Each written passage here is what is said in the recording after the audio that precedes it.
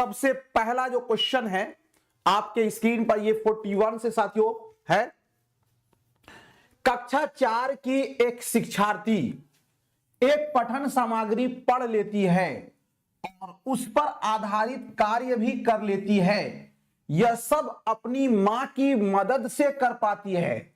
वायुगोत्स्की के अनुसार उसकी मां उसके कार्य में क्या कर रही है? सहारा दे रही है, कोचिंग कर रही है जी, ट्यूटरिंग कर रही है, प्रशिक्षण दे रही है। यानी ये कह रहा क्वेश्चन में कि कक्षा 4 की एक स्टूडेंट है जो दोस्तों पठन सामग्री पढ़ लेती है और उस पर आधारित जो भी काम है वो काम को कर लेती है, लेकिन ये सब कब कर पाई? उसकी मां ने उसको सहायता दिया, उसकी मां ने उसकी हेल्प की। हमने आपको बताया था कि वायुगोत्स्की का दोस्तों एक सिद्धांत है इसका फोल्डिंग यानी कि ताउनी अमल, यानी कि एक दूसरे की सहायता करना, हेल्प करना। तो ये क्या होगा दोस्तों? तो उसकी मां क्या दे रही है? सहारा दे रही है। क्या दे रही है? सहारा दे रही है, यानी इसका फोल्डिंग कर रही है। तो ऑप्शन नंबर ए वाला आपका क्या हो जाएगा? राइट हो जाएगा। अगला क्वेश्चन आपके स्क्रीन पर है, कहा जा रहा है कि कक्षा में दिए गए कार्य के रूप में कक्षा 3 का गीत कुछ व्याकरणिक त्रुटियों के साथ वाक्य लिखता है। जे निम्नलिखित में से कौन सी प्रक्रिया शिक्षक के द्वारा प्रयोग की जा सकती है? दोस्तों इस क्वेश्चन में कहा गया कि कक्षा में दिए गए कार्य के रूप में कक्षा 3 का गीत कुछ व्याकरणिक त्रुटियों के साथ लिखता है। यानी कक्षा 3 का एक स्टूडेंट है जो गीत तो लिखता है लेकिन कुछ गलतियों के साथ लिखता है। तो निम्नलिखित में से कौन सी प्रक्रिया शिक्षक के द्वारा प्रयोग किया जाए, यानी जो गलती कर रहा है उसके बारे में? तो दोस्तों ध्यान दीजिएगा, पहला यह है कि गलतियों पर लाल पेन से घेरा बनाकर उसके ऊपर सही रूप लिखा जाए। दूसरा यह है गलतियों पर घेरा बनाकर बच्चे को उसे सही करने के लिए कहा जाए। तीसरा है दोस्तों गलतियों को रेखांकित करना, गलती की प्रकृति लिखकर शिक्षार्थियों को उन्हें सुधारने के लिए कहना। और चौथा है बच्चे को प्रत्येक गलती 5 बार सही तरीके से लिखने के लिए कहना। देखिए जो भी गलतियां होती हैं दोस्तों उसका सबसे बेस्ट तरीका यह है कि बच्चे गलती आखिर कर क्यों रहे हैं, कहां से उसकी शुरुआत है। अगर पहला वाला ऑप्शन ये देखते हैं कि गलतियां पर लाल पेन से घेरा बनाकर उसके सही रूप लिख देना, तो सही रूप जब हम खुद लिख देंगे तो बच्चे का दोस्तों इसमें रोल कम होगा, इसलिए ये वाला आपका कट जाएगा। गलतियों पर घेरा बनाकर बच्चे को उसे सही करने के लिए, तो गलतियों को दोस्तों हम घेरा अगर बना दिए तो इसमें भी बच्चे का रोल कम है। लेकिन आप देखिएगा गलतियों को रेखांकित करना, गलती की प्रकृति लिखकर शिक्षार्थियों को उन्हें सुधारने के लिए कहना कि ये गलती आखिर हो क्यों रही है, तो ये सबसे बेस्ट है दोस्तों। इसीलिए आपका ऑप्शन नंबर जो है सी वाला राइट हो जाएगा। चलिए अगला प्रश्न है दोस्तों आपके स्क्रीन पर, व्याकरण अनुवाद विधि में में नहीं है डॉट डॉट, यानी व्याकरण अनुवाद विधि में कौन सी बातें नहीं होती है, यानी जिसमें दोस्तों अनुवाद करते हैं, ट्रांसलेट करते हैं, उसमें कौन सी बातें नहीं होती है। तो पहला आपका कहा जा रहा है मातृभाषा द्वारा सीखने को बढ़ावा देना, व्याकरण को महत्व देना, विद्यार्थी के संप्रेषण कौशल का संवर्धन करना। संवर्धन का मतलब होता है बढ़ावा देना। विद्यार्थी को भाषा के धारा प्रवाह प्रयोग करने के योग्य बनाना। तो दोस्तों ध्यान दीजिएगा, कहा जा रहा है कि व्याकरण अनुवाद यानी कि तर्जमा करना। तो दोस्तों जब तर्जमा करेंगे व्याकरण में अनुवाद करेंगे तो मातृभाषा में ही करेंगे, तो गोया कि कहीं ना कहीं मातृभाषा को बढ़ावा मिल रहा है। तो मातृभाषा द्वारा सीखने को बढ़ावा देना, यह बात बिल्कुल सही है। चूंकि हमको नहीं पूछा गया है, जो निगेटिव होगा वही हमारा राइट आंसर होगा। व्याकरण को महत्व देना, चूंकि व्याकरण का अनुवाद हो रहा है तो व्याकरण को महत्व होगा ही। विद्यार्थियों के संप्रेषण कौशल का संवर्धन करना, संप्रेषण का तो मतलब ही होता है दोस्तों बातचीत, तो यहां पर चूंकि लिखना आएगा बातचीत इसमें बढ़ावा नहीं दिया जाएगा, तो ये वाला आपका कट जाएगा। विद्यार्थियों को भाषा के धारा प्रवाह प्रयोग करने के योग्य बनाना, ये ठीक है, लेकिन ये वाला आपका गलत है, तो ऑप्शन नंबर सी वाला दोस्तों क्या हो जाएगा, राइट हो जाएगा। अगला प्रश्न है आपके स्क्रीन पर, एक अध्यापक का अपनी कक्षा में इस बात पर ध्यान जाता है कि एक बच्चे को भाषा पढ़ने एवं समझने में कठिनाई हो रही है। ये डॉट डॉट का लक्षण हो सकता है। क्या हो रहा है दोस्तों, भाषा पढ़ने में और समझने में, गोया के पढ़ने में उसको दिक्कत है। तो ये किस चीज का लक्षण है, गणना में अक्षमता यानी कि डिस्कैलकुलिया, लिखने में अक्षमता यानी कि डिस्ग्राफिया, प्रयोग या अभ्यास करने में अक्षमता यानी कि डिस्प्रैक्सिया, या दोस्तों पढ़ने में अक्षमता यानी कि डिसलेक्सिया। तो जाहिर सी बात है, पढ़ने से संबंधित दोस्तों विकार को क्या कहते हैं, डिसलेक्सिया कहते हैं। तो इसीलिए इसका क्या होगा, ऑप्शन नंबर दोस्तों डी वाला क्या हो जाएगा, आपका राइट हो जाएगा। अगला प्रश्न है आपके स्क्रीन पर, कहा जा रहा है भाषा के क्रियात्मक पहलू को भाषा अधिगम के डॉट डॉट के साथ बढ़ावा मिलता है। क्रियात्मक पहलू का मतलब होता है कि वो कौन सी काम है जो दोस्तों करके सीखना है ना, सरगर्मी के साथ करना, यानी जिस पर अमल करना। तो भाषा के क्रियात्मक पहलू को भाषा अधिगम के डॉट डॉट के साथ बढ़ावा मिलता है। संप्रेषणात्मक उपागम, संप्रेषण का तो मतलब हुआ दोस्तों बातचीत, है ना, बातचीत हुआ इसका मतलब। अच्छा, संरचनात्मक उपागम, संरचना का मतलब हुआ बनावट, रचनात्मक उपागम का मतलब हुआ दोस्तों अपने तरफ से ये करना, और परंपरागत उपागम। तो चूंकि हमको ये कहा गया है कि भाषा के क्रियात्मक, तो क्रियात्मक का मतलब होता है करके सीखना, और करके भाषा का उद्देश्य यही है दोस्तों कि आपको क्या हो जाए, बोलना आ जाए, है ना। और बोलना किस में आएगा, संप्रेषणात्मक यानी संप्रेषण में आएगा। इसलिए दोस्तों आपका जो है ऑप्शन नंबर ए वाला क्या होगा, राइट हो जाएगा। अगला प्रश्न है आपके स्क्रीन पर, कहा जा रहा है कि झारखंड के एक गांव में, क्या कहा जा रहा है, झारखंड के एक गांव में रहने वाली एक शिक्षार्थी अपनी मातृभाषा और हिंदी जानती है जो उसके घर और पास पड़ोस में बोली जाती है। तो गोया के घर और पास पड़ोस की भाषा क्या हो गई दोस्तों, उसकी हिंदी हो गई और उसकी मातृभाषा हो गई, है ना। चलिए, वह विद्यालय में अंग्रेजी सीखनी क्या कहते हैं, वह विद्यालय में अंग्रेजी सीखती है, सीखना है। कौन सी भाषा है भाषा अर्जन और कौन सी भाषा है भाषा अधिगम के अंतर्गत आती है। एक झारखंड की दोस्तों एक विद्यार्थी है जो हिंदी और झारखंड की जो भाषा है वो उसकी मातृभाषा है।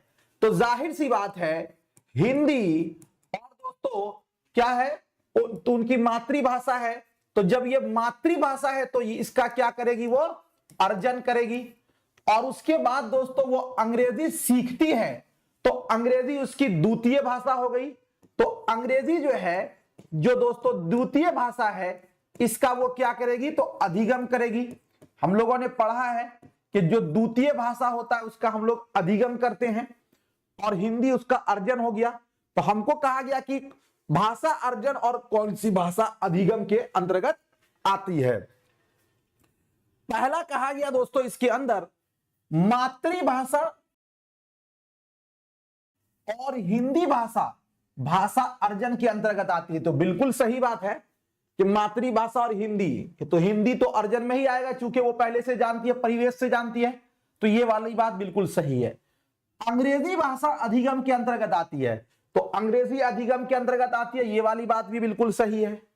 हिंदी भाषा अधिगम के अंतर्गत आती है, तो ये गलत होगा, इसलिए कि दोस्तों झारखंड के एक गांव में रहने वाली एक शिक्षार्थी अपनी मातृभाषा और हिंदी भाषा जानती है।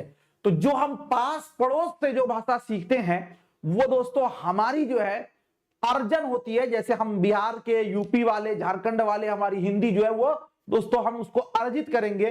तो इसलिए ये कहना कि हिंदी भाषा अधिगम के अंतर्गत, तो ये आपका कट जाएगा। तीनों भाषा अर्जन के अंतर्गत, चूंकि अंग्रेजी अर्जन में नहीं आएगा, ये वाला दोस्तों कट जाएगा। तो आपका ए और बी सही है, ए और बी यहां पर सही है कि 1 और 2। तो इसलिए दोस्तों आपका क्या होगा, ऑप्शन नंबर जे। ए जो है वो आपका राइट हो जाएगा। अगला क्वेश्चन दोस्तों आपके स्क्रीन पर, एक शिक्षार्थी अपने संज्ञानात्मक स्तर से एक सोपान ऊपर, संज्ञानात्मक यानी अपने सोच, सोपान मतलब सीढ़ी। दोस्तों एक शिक्षार्थी अपने संज्ञानात्मक स्तर से एक सोपान ऊपर के अपठित गद्यांश, यानी वो गद्यांश जो दोस्तों उसने नहीं पढ़ा था, कि समालोचनात्मक सराहना द्वारा अपनी पठन क्षमता प्रदर्शित करती है, यह किसके अधिक क्या कहते हैं निकट है? बोधगम्य निवेश, बोधगम्य उत्पाद, परिकल्पना का अनुवीक्षण और दोस्तों प्राकृतिक क्रम। क्या होगा राइट आंसर? ये कहा जा रहा है, देखिए अपने स्तर से थोड़ा सा ऊपर, ये दोस्तों आपका होगा बोधगम्य निवेश। बोधगम्य निवेश क्या है? आपको मैंने बताया था कि दोस्तों SLA इसका सिद्धांत यानी कि सेकेंड लैंग्वेज एक्विजिशन, यानी दूसरी भाषा अर्जित करना। दोस्तों इसका जो सिद्धांत है किसने दिया था? स्टीफन क्रेशन ने दिया था। तो उसी में कहा गया था कि हमें बच्चे को उसके स्तर से थोड़ा सा ऊपर हमें देना है, तो वही चीज यहां पर भी है। तो ये आपका होगा बोधगम्य निवेश। तो ऑप्शन नंबर ए वाला दोस्तों आपका राइट हो जाएगा। अगला प्रश्न है आपके स्क्रीन पर, निम्नलिखित में से कौन सा विचार भाषाविद नोम चॉम्स्की द्वारा प्रस्तुत किया गया है? यानी ये कौन सी बात है जो नोम चॉम्स्की के द्वारा दोस्तों प्रस्तुत किया गया? पहला ऑप्शन इसमें यह कहा जा रहा है कि मनुष्यों में भाषा अर्जित करने की जन्मजात समझ होती है। तो जाहिर सी बात है, इन्होंने कहा था कि हर इंसान भाषा सीखने की सलाहियत लेकर पैदा होता है। यह बात बिल्कुल सही है। बच्चे अनुकरण और पुनर्बलन के माध्यम से भाषा सीखते हैं। यह बात दोस्तों कही थी किसने? स्किनर ने कही थी, नोम चॉम्स्की ने नहीं कही थी। शुरुआती वर्षों में चीजों से परिचय के अभाव का प्रभाव भाषा विकास पर नहीं पड़ता। यह दोस्तों नोम चॉम्स्की का नहीं है। प्रत्येक भाषा अलग होती है और उसके अर्जन की अपनी पद्धतियां होती है। यह बात भी नोम चॉम्स्की ने नहीं कही थी। नोम चॉम्स्की ने पहला वाला ऑप्शन जो है ये बिल्कुल उनसे सही है कि उसने कहा था कि हर बच्चे भाषा सीखने की क्षमता के साथ पैदा होते हैं। तो ऑप्शन नंबर ए वाला आपका राइट हो जाएगा। अगला प्रश्न है, निम्नलिखित में से कौन सा भाषा के विषय में सत्य नहीं है?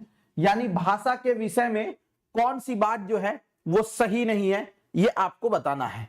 कौन सी बात जो है भाषा के विषय में सही नहीं है? पहला कहा जा रहा है कि प्रत्येक भाषा की लिपि होती है। दूसरा है भाषा के लिए लिपि आवश्यक नहीं है। तीसरा है प्रत्येक भाषा का व्याकरण होता है। चौथा कहा जा रहा है कि भाषा प्राथमिक रूप से मौखिक है।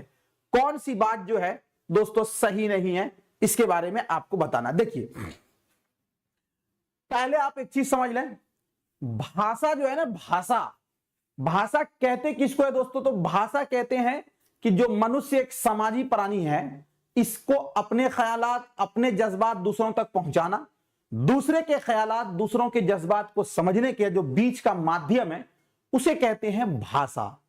लेकिन दोस्तों उसी को लिखने के रूप में जब लाया जाता है तो हर एक का जो है अलग अलग क्या है तरीका है, उसको कहते हैं लिपि। लेकिन आप देखेंगे कि कई सारी भाषाओं का एक लिपि होता है, जैसे हिंदी है, आपका नेपाली है, बहुत सारी भाषाएं, उस सभी का लिपि एक देवनागरी है ना।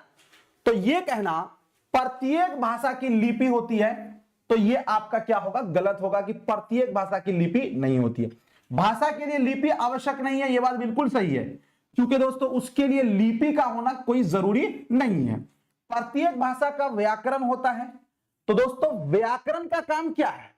व्याकरण का काम है भाषा को बिगड़ने से बचाना। यानी कि एक तरह का ये नियम पालन है कि इससे हटकर अगर कोई जाएगा तो वो गलत है। तो ये बात सही है कि प्रत्येक भाषा का व्याकरण होता है। भाषा प्राथमिक रूप से मौखिक है, यानी सबसे पहले भाषा जो है दोस्तों मुंह जबानी ही बोली जाती है, उसके बाद वो लिखित होती है। तो ये बात भी बिल्कुल सही है। तो पहला वाला जो ऑप्शन है वो आपका गलत है। हमको पूछा गया कौन सा सत्य नहीं है, तो यही सत्य नहीं है। तो ऑप्शन ए वाला क्या होगा? राइट हो जाएगा। चलिए ये एक बार बार जो कमेंट आ रहे हैं उस पर दोस्तों अभी जस्ट हमको लगता है कि क्लास खत्म होने के बाद L2 उर्दू है तो हिंदी क्लास L1 जे कमेंट में ले लूंगा बाद में, अभी पहले पढ़ लीजिए आप। निम्नलिखित में से कौन सा विकल्प भाषा सीखने के लिए सही नहीं है? यानी वो 4 इसमें पूछा गया निगेटिव, तो निगेटिव में दोस्तों आपको क्या होगा कि 3 ऑप्शन आपके राइट होंगे, 1 ऑप्शन आपके गलत होंगे। जो गलत है वही आपका क्या होगा, राइट होगा। कौन सा विकल्प सही नहीं है? पहला कहा गया भाषा कौशल एक भाषा से दूसरी भाषा में अंतरण योग्य होता है। अंतरण का मतलब होता है दोस्तों मुंतकिल होना। तो यह बात बिल्कुल सही है कि जब आप भाषा सीखते हैं तो एक भाषा से दूसरी भाषा में आपको दोस्तों मुंतकिल करता है, यानी कि वो ट्रांसफर करता है। जैसे आप एक भाषा जानते हैं तो उसकी सहायता से दूसरी भाषा को बड़े ही आसानी से आप सीख लेते हैं। तो यह बात तो बिल्कुल सही है कि भाषा कौशल एक भाषा से दूसरी भाषा में अंतरण योग्य होते हैं यदि अवसर तथा यथा योग्य समय दिया जाए तो प्रत्येक बालक में अनेक भाषाएं सीखने की क्षमता होती है। यह बात भी बिल्कुल सही है कि भाई जब आप बच्चे को मौका देंगे, अवसर देंगे, तो वो बच्चा बिल्कुल भाषा को सीख सकता है। यह बात भी बिल्कुल सही है। हमको निगेटिव पूछा गया, मातृभाषा दूसरी या विदेशी भाषा सीखने में हस्तक्षेप करती है। इसका कहने का मतलब यह हुआ कि जो आपकी मातृभाषा है वो आपको द्वितीय भाषा सीखने में रुकावट है, जबकि हम लोगों ने पढ़ा है कि मातृभाषा के माध्यम से ही दोस्तों हम दूसरी भाषा को सीखते हैं। तो ये वाली बात गलत है। मातृभाषा दूसरी विदेशी भाषा सीखने में सहायता करती है, ये बात सही है। तो जो हमको पूछा गया नहीं, तो जो गलत है वही राइट होगा। तो हमारा ऑप्शन नंबर सी वाला क्या होगा दोस्तों, राइट हो जाएगा। अगला प्रश्न, अगला कहा जा रहा है भाषा के किसी अनुच्छेद को कब अच्छा कहा जा सकता है? यानी कि भाषा के कोई भी पार्ट को आप कब अच्छा कहते हैं यदि वो वर्णनात्मक भाषा में हो। वर्णनात्मक का मतलब होता है कि वो डिटेल में हो, वर्णन किया गया हो। यदि वो अच्छी लिखावट में लिखा गया हो, अच्छी लिखावट का मतलब कि वो सुलेख हो, यदि उसमें होना चाहिए, यदि उसमें विराम चिन्हों का जो सही प्रयोग किया गया हो, यह सही होना चाहिए, सही प्रयोग किया गया हो, यदि वो विचारों को सुसंगत तरीके से प्रस्तुत किया गया हो। देखिए हमने आपको कहा था कि दोस्तों भाषा में मैंने आपको बताया था कि लिखना का मतलब क्या होता है भाई, तो लिखना का अर्थ होता है अपने अनुभव को लिखना। अच्छा, पढ़ना का मतलब क्या होता है? पढ़ना का मतलब होता है अर्थ को समझना। बोलना का मतलब क्या होता है भाई? बोलना का मतलब होता है संदर्भ में बोलना, है ना कहीं यही सब बातें आपको समझ। सुनना का मतलब क्या होता है? सुनना का मतलब होता है ध्यान से सुनना, ध्यान से सुनना। तो हमको कहा गया कि भाषा के किसी अनुच्छेद को कब अच्छा कहा जा सकता है? वो अनुच्छेद उसी वक्त अच्छा होगा जब उसको सही स्टेप में दोस्तों रखा गया हो, है ना। तो अगर ये कहते हैं कि वो वर्णनात्मक हो, डिटेल में हो, जी नहीं। यदि वो किसी अच्छी लिखावट, तो सुलेख भाषा का मकसद ही नहीं है, ये वाला तो आपका कट जाए। यदि उसमें विराम चिन्हों का प्रयोग हो, ये सबसे बेस्ट है कि यदि वो विचारों को सुसंगत तरीके से प्रस्तुत किया गया हो। जी आपने देखा होगा कि किसी आदमी के तहरीर को कहा जाता है कि बड़ी अच्छी लिखते हैं, बड़े शानदार लिखते हैं, अपने विचारों को बहुत अच्छे ढंग से रखते हैं। तो ये दोस्तों सुसंगत का मतलब हुआ कि अच्छे ढंग से रखना। तो ऑप्शन नंबर आपका डी वाला क्या होगा, राइट हो जाएगा। अगला प्रश्न है कि एक कक्षा में एक विद्यार्थी अपने साथियों से हिंदी में बात कर रही थी। जब उसके शिक्षक ने बुलाया तो उसने तुरंत उन्हें अंग्रेजी में अपनी प्रतिक्रिया व्यक्त की। निम्नलिखित में से यह किसका उदाहरण है? कोड स्विचिंग का, कोड मिक्सिंग का, अर्थ निकालना, अर्थ का विस्तार। दोस्तों ध्यान दीजिएगा, कहा जा रहा है क्या चीज कि बात तो कर रहे थे अपनी मातृभाषा में, लेकिन जैसे ही शिक्षक ने बुलाया तो कहा यस जे, यानी मैं हाजिर हूं। तो दोस्तों एक भाषा से बोलते बोलते दूसरे भाषा में ट्रांसफर हो जाना, इसी को कहते हैं कोड स्विचिंग। स्विच का मतलब ही होता है ऑफ होना, यानी एक भाषा आप बोल रहे हो, उसके बाद दूसरी भाषा में आप ट्रांसफर हो गए तो दोस्तों वो हो गया कोड स्विचिंग। लेकिन एक भाषा बोल रहे हैं उसी के बीच में दूसरी भाषा को भी ला रहे हैं तो ये हो गया मिक्स करना, तो इसको कहते हैं कोड मिक्सिंग। जैसे दोस्तों आप बोलते हैं कि मॉर्निंग हो गया है तो मॉर्निंग अंग्रेजी लफ्ज है और हो गया हिंदी हो गया, तो ये कोड मिक्सिंग हो गया। जे टाइम टेबल का आपको ध्यान नहीं रहता तो टाइम टेबल अंग्रेजी है और दोस्तों आगे ध्यान नहीं रहता ये आपका हिंदी है, तो ये कोड मिक्सिंग हो गया। लेकिन यहां पर विद्यार्थी अपने साथियों से हिंदी में बात कर रही थी और जैसे ही टीचर ने बुलाया तो वो अंग्रेजी बोलने लगा तो ये स्विच किया, तो ये दोस्तों कोड स्विचिंग होगा। ऑप्शन नंबर ए वाला आपका क्या होगा, राइट हो जाएगा। क्या हो जाएगा, ऑप्शन नंबर ए वाला आपका राइट हो जाएगा। अगला क्वेश्चन है, भारत की शिक्षा में भाषा नीति किस रूप में जानी जाती है? बहुभाषिक शिक्षा, त्रिभाषा सूत्र, शिक्षा पाठ्यचर्या में भाषा, भाषा नीति में शिक्षा। दोस्तों अपने यहां जो क्या कहा जा रहा है कि भाषा नीति है उसे दोस्तों किस इसमें रूप में जाना जाता है? तो उसे जाना जाता है देखिए बहुभाषी शिक्षा होता है लेकिन त्रिभाषा सूत्र, त्रिभाषा सूत्र क्या है दोस्तों कि 3 भाषाओं में हमें बच्चे को पढ़ाना है, प्रथम भाषा, द्वितीय भाषा और तृतीय भाषा। याद रखिएगा कोठारी कमीशन हमने आपको पढ़ाया था जो कि 1964 और 66 दोस्तों जी कोठारी आयोग ने जिसने प्रस्तुत किया था 3 भाषा का सूत्र। पहली भाषा आपकी मातृभाषा होगी, दूसरी भाषा आपकी रियासत की भाषा और तीसरी भाषा एक कोई आपको अंग्रेजी या हिंदी या कोई एक दूसरी जबान लेनी होगी। ये दोस्तों 3 भाषाओं में शिक्षा जे। तो आपका जो है ना त्रिभाषा सूत्र से लिसानी फॉर्मूला ही इसे कहा गया है, जिसे दोस्तों क्या कहा जाता है, से लिसानी फॉर्मूला। क्या कहा जाता है, से लिसानी फॉर्मूला। अगला क्वेश्चन आपके स्क्रीन पर कहा जा रहा है कि निम्नलिखित में से कौन सी भाषा भारत के संविधान के अनुसूची में नहीं है? यानी दोस्तों भाषा से संबंधित जो अनुसूची है वो आपका कौन सा है, 8वीं अनुसूची है दोस्तों। कौन सा है, 8वीं अनुसूची। इसमें जो है कुल 22 भाषाओं का वर्णन किया गया है, तो दोस्तों उसमें कौन सी भाषा जो है शामिल नहीं है? पहला आपका कहा गया तमिल, हिंदी, उर्दू और मीजो। तो दोस्तों तमिल है, हिंदी भी है, उर्दू भी है, लेकिन मीजो जो है ये नहीं है इसमें, तो इसीलिए ऑप्शन नंबर आपका डी वाला क्या होगा, राइट हो जाएगा। अगला क्वेश्चन दोस्तों आपके स्क्रीन पर है, व्याकरण के शिक्षण अधिगम के लिए ये जो है ना एक चीज और याद रखिएगा दोस्तों, जैसे एक मर्तबा पूछा गया था कि बोडो कहां बोले जाने वाली भाषा है, बोडो कहां बोले जाने वाली भाषा है? तो जो 22 भाषाएं हमने आपको मास्टर नोट्स में दिया था उसमें दोस्तों याद रख लीजिएगा कि बोडो कहां बोला जाता है।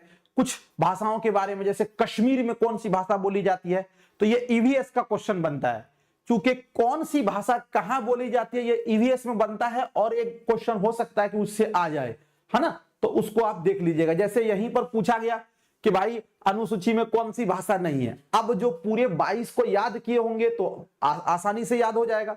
चलिए अगला प्रश्न है आपके स्क्रीन पर, कहा गया कि व्याकरण के शिक्षण अधिगम के लिए कौन सा तरीका आदर्श होगा? आदर्श का मतलब हुआ कि जब आप बच्चे को व्याकरण पढ़ाएंगे तो सबसे बेस्ट तरीका कौन सा है व्याकरण पढ़ाने का?